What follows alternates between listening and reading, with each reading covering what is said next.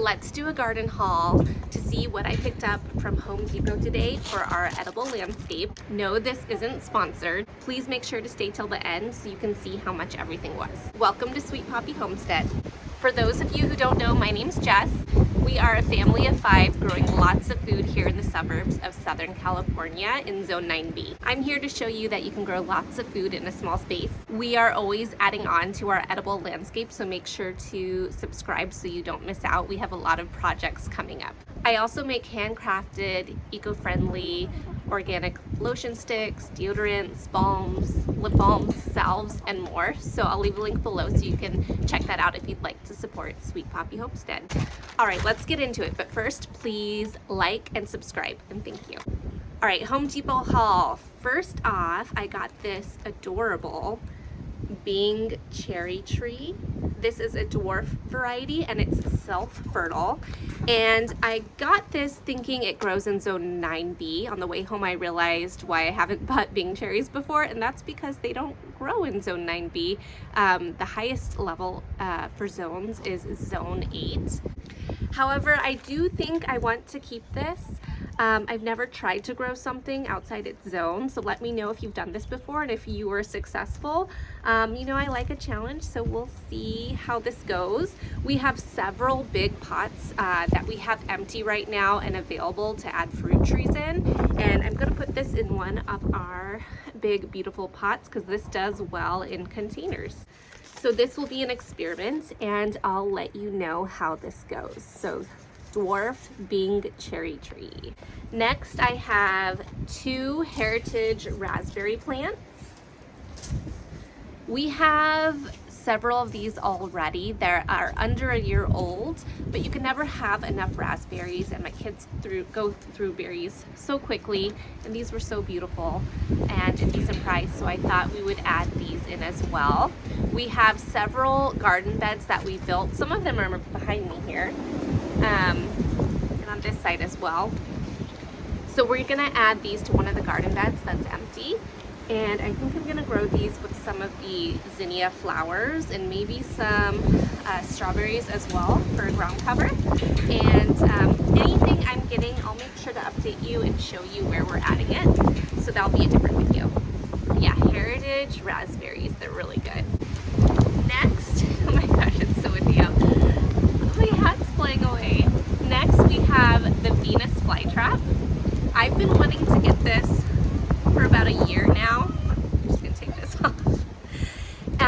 This is a plant that can eat flies. I've been wanting to get this to cut down on the flies around our chicken coop in a natural way. My kids are super excited about this too.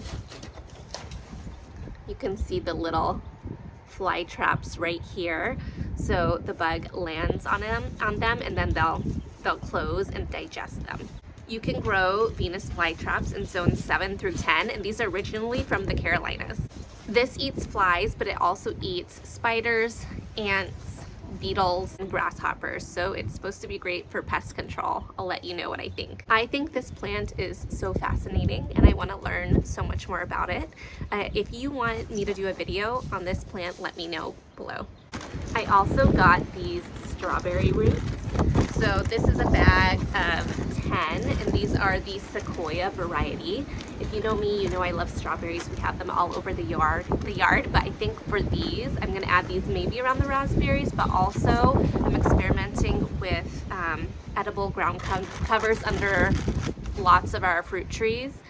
Instead of wood chips, which is what I had before, and I think I'm gonna add these under our grapefruit tree. So I'll keep you updated on that. I also got several seeds. Now I get lots of rare varieties as well, which Home Depot doesn't usually carry, but here's the awesome things I got from Home Depot. All right, number 1, cayenne peppers, so we can make our own cayenne pepper. I got 3 packets of chives. These are really great if you practice permaculture for making guilds. A guild, if you're unfamiliar, is just putting plants together that support each other, help each other grow or fight off pests or help each other in some symbiotic way. So the guild is adding lots of those plants all together so they work together in lots of different ways. Chives act as a repellent to certain pests like deer, rabbits, and aphids. Also June bugs, which we have those here.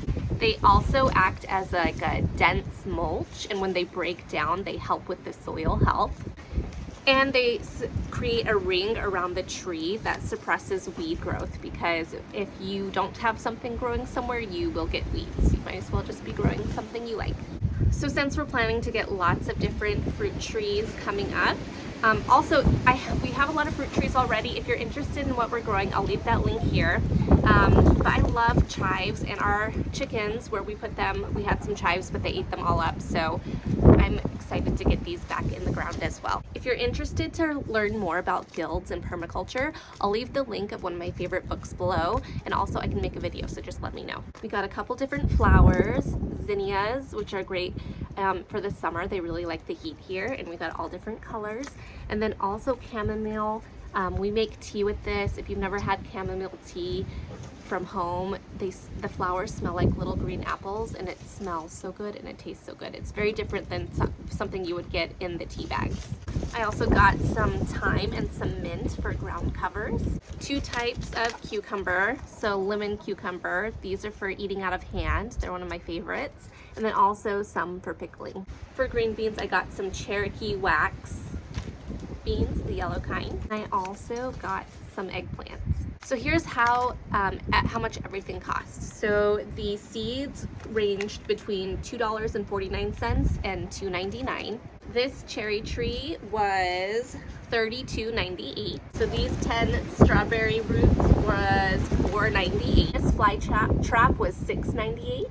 The 2 raspberry plants were $12.98 each. Total altogether was $106.19.